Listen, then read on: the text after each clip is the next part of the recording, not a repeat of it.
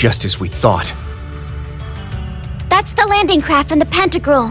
Damn, look at all these creepy-ass flowers. And over there, just the ladies we thought we'd see.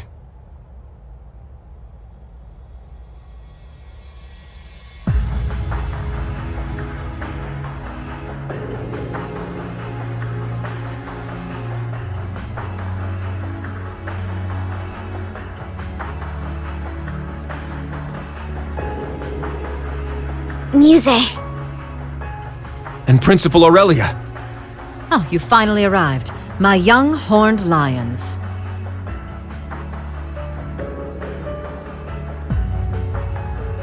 Welcome, Thor's Branch Campus's Class 7 Special Operations. My name is Mildine Uzalith de Cayenne. I am heiress to the Cayenne Duchy and sponsor of the Viceland Army. It is a pleasure to make your acquaintance at last. Our acquaintance? A new introduction for your new identity, is that it? Oh, Yuna, you'll have to forgive me for hiding the truth from you. Musse was an old nickname of sorts, one my parents gave me before they passed.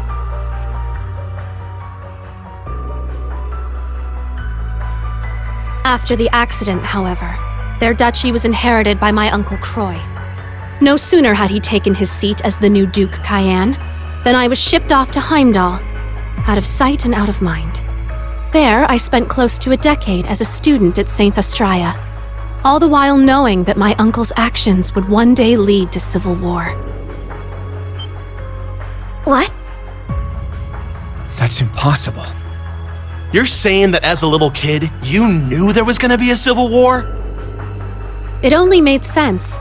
I could see what my uncle would make of House Cayenne's assets, the machinations of the other 4 great houses, and the Reinford group as well. The Empire's relationships with Crossbell and the Republic, the Blood and Iron Chancellor's plots. Excluding supernatural elements, such as the Society and the Divine Knights. All of these factors allowed me to predict that the Noble Alliance would move to suppress the reformist faction by force, and that it would all lead to Duke Cayenne's, to my Uncle Croy's inevitable downfall. If you were anyone else, I'd think that was a bluff. Lady Mildine contacted me right at the close of the Civil War. As an ally of Count Egret, I'd known of her since she was a child. When she predicted every twist and turn of the Northern War, right down to the Empire's proposal, I made up my mind. I would see Lady Mildine as the next head of House Cayenne, not that sham of a man Marquis Ballard. Though I must admit to this day, I find both her ambition and the accuracy of her predictions intimidating. For instance, she sought contact with the Witch of Ouroboros to bolster her list of allies. And by the end of last year, she had foreseen the national mobilization law, the war with Calvard, and even the curse overtaking the Empire. Last year? Damn, she's like some kind of monster. You can't be clairvoyant. So what is it? I merely look at the pieces in play and consider how they will interact. No clairvoyance necessary. I see the current state of things, the events that led up to this point, and the multitude of futures spreading out before us. And, most importantly, I see the goal of the one who controls the game board.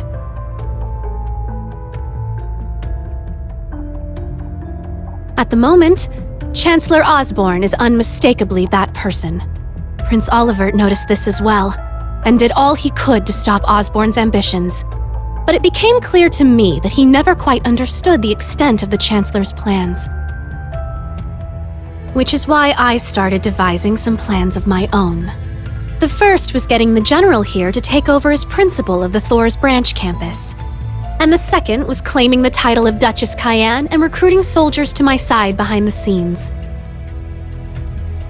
Then, when the Great Twilight broke out, I established the Viceland Army. It is with this very force that I intend to stop Operation Jormungand. Perhaps you could say they're the dagger I prepared to strike at the heart of the serpent. Musse. I'm finally starting to see what Eustace was talking about. I don't quite understand how, But you really do intend to fight them, don't you?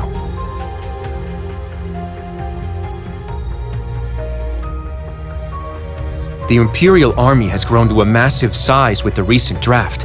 It may very well be the largest force ever assembled. An army of 1 million strong, poised to destroy Calvert. Yet you still plan to stand against them? Yes, that's exactly right. Are those women we met earlier another part of your plans? The ones affiliated with the Principality of Remiferia and a certain other country. So you ran into them, did you? Must be fate. But you are correct. We invited them here to discuss their cooperation. I imagine they're secretly conferring with their respective countries as we speak. All right, I'm starting to see what you're after now. It's gonna mean a lot of bloodshed. Even if it's successful, there'll be a ton of casualties. True. I estimate it will result in hundreds of thousands of deaths. Though in the worst case scenario, it could be millions, civilian and soldier alike. So many dead. You're serious about this? I am. At this point, the Imperial Army has gained too much momentum for us to be able to stop it outright. Erebonia was already the greatest military power in Zemuria, and like you said, conscription has only further increased its strength. That's without even factoring in the Panzer Soldats, railway cannons, and airships. It has the advantage in both numbers and technology. What's more, the Chancellor has Ouroboros at his beck and call. And above all else, there's the Great Twilight itself. Its curse removes any chance that those involved in the conflict could grow weary of war. At this early phase, many are able to resist its influence, but that won't last forever. It's only a matter of time until every soul in Erebonia will be able to think of nothing but war. Which is why I presented the other nations an ultimatum. Do nothing and allow themselves to be swallowed up by the Empire, forever stained by its curse. Or join me in one final effort to keep the world from ending. Fighting back, no matter the cost. That's what I told those women you met, and it's what I've told everyone else I've been in contact with. Just how many countries have you spoken to? Wait. You're telling me you've talked to everyone already? Much like Operation Jormungand itself, my plan is well underway. The bell cannot be unrung. Even if I were to die, the choice to fight or be overtaken would still remain. Now, I'll keep my predictions as to what they will choose to myself. But humans are foolish and prideful, but they tend to show their true colors and their true strength in times of crisis. In the end, that will be the deciding factor. Unbelievable. You've got guts. Even with your predictions, this can't have been easy.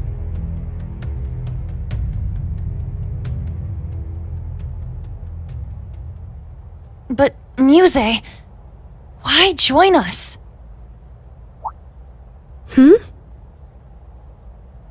I can see your resolve, and I get what you're trying to do. But what I don't get is why you joined Class 7. What purpose did that serve?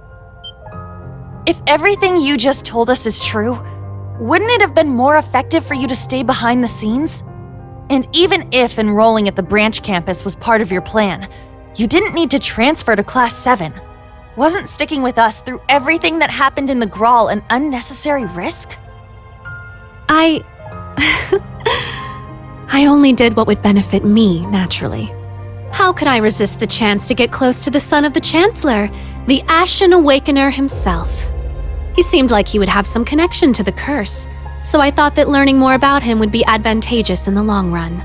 Of course, it didn't hurt that Instructor Reen is totally my type. Okay, that part I believe. But the rest of that explanation was bullshit. Agreed. That sounds like a job for one of your pieces. As a player, it would be safer for you to stay removed from all this. And that includes you talking to us in person right now. When I connected with everyone in the Grawl, I felt a warmth inside you, Musse.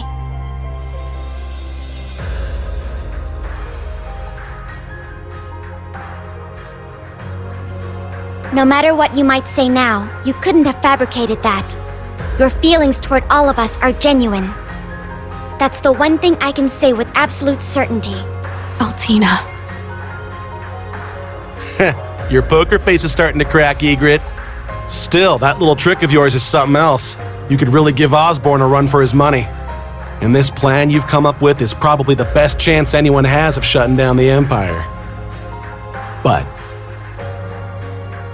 the question is, can you live with yourself afterward? Yeah, you've thought the plan up, but I'm guessing you sure as hell wish there was another way. Listen, Musse. You may not think so, but you really are just a regular girl. What? Your friendships with Elise and Alphen, your pride in our class, your major crush on Instructor Rean, they're all part of that. That dirty mind of yours and the way you tease people can be a little annoying, I admit. Still, you're just an ordinary girl who loves sweets, gossip, and all sorts of other regular stuff.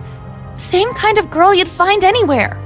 Sure, you may also be a genius who can come up with plans to change the fate of the world, but that's beside the point. There's no way an ordinary girl like you would be okay with a plan that would cost millions of people their lives, is there?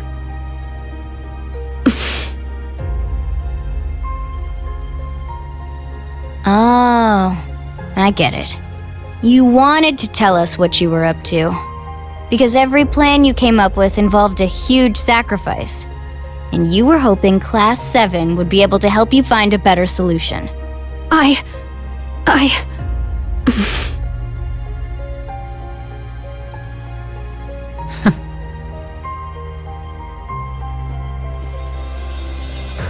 Let me put it another way. What do you really want, Musse? I'm not asking future Duchess Mildine Uselith de whatever. I'm asking Musse Egret, member of Class 7. What do you want to do? Yuna, The truth is... Well, isn't this a touching sight?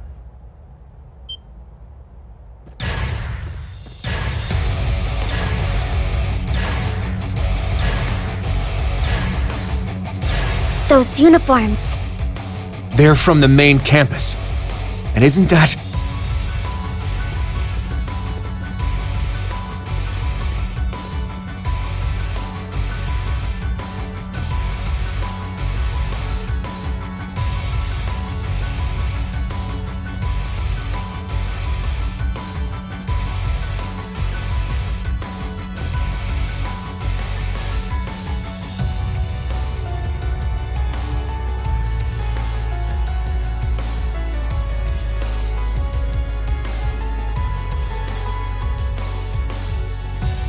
We meet again, Class 7. Don't try to run. We have you surrounded. Ada. Fritz? And what's going on? It's been some time, Class 7. How convenient to find all of you in one place. Ah, former instructor Irving. I wish I could say I was surprised to see you on their side. I take it you've chosen to remain with the military then. Receptive as ever, former Principal Le Guin. I have some plans of my own. I've since taken on the position of Field Exercise Supervisor for the Thor's main campus. For your safety, I would advise you all to come quietly. Are you kidding me?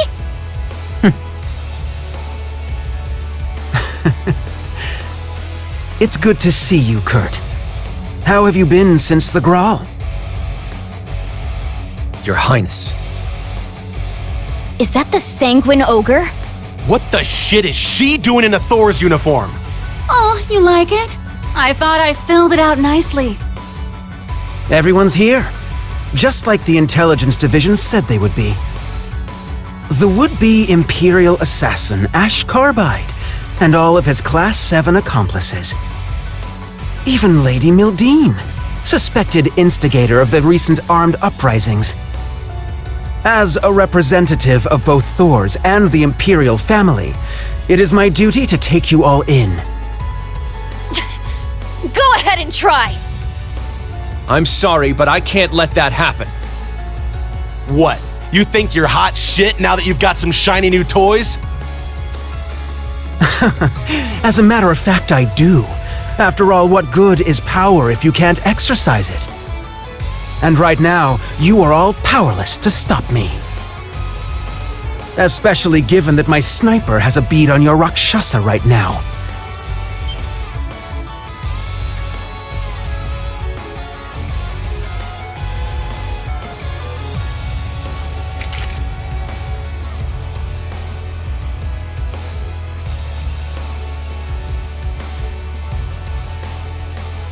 The red constellation's here too? I called in the big guns. This whole thing seems a little petty, but whatever. I'm only here to fulfill His Highness's orders. Between the Jaegers and Major Irving, they've staged a two-pronged offensive. Having to fight my way through both of them and ensure Lady Mildean's safety might prove a tad bothersome. We've set up a perimeter with the Ark Royale and the RMP's anti-aircraft cannons. Trying to escape aboard your landing craft would be suicide. And don't even try bringing out your Panzer Soldats. That will make no difference. You knew about that, huh? He was our instructor, after all. Be that as it may,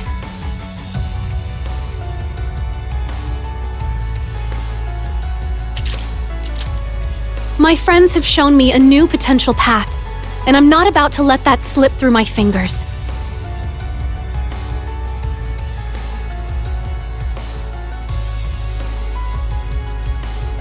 Do your worst. I, Musse Egret of Class 7, will fight back with everything I've got. Musse. Hell yeah, that's more like it! That's right. This is not where our story ends. Not until we get our instructor back.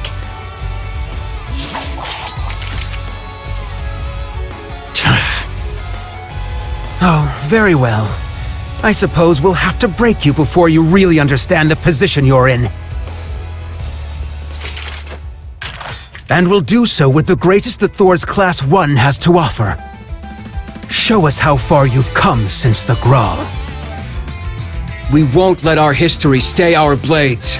So don't give us anything less than your all. Wasn't planning on it, assholes! I hope you're ready, Your Highness. I've been waiting for a chance to cut loose. Let's do this! I'm ready. We fight together, everyone! Let's do this, new Class 7!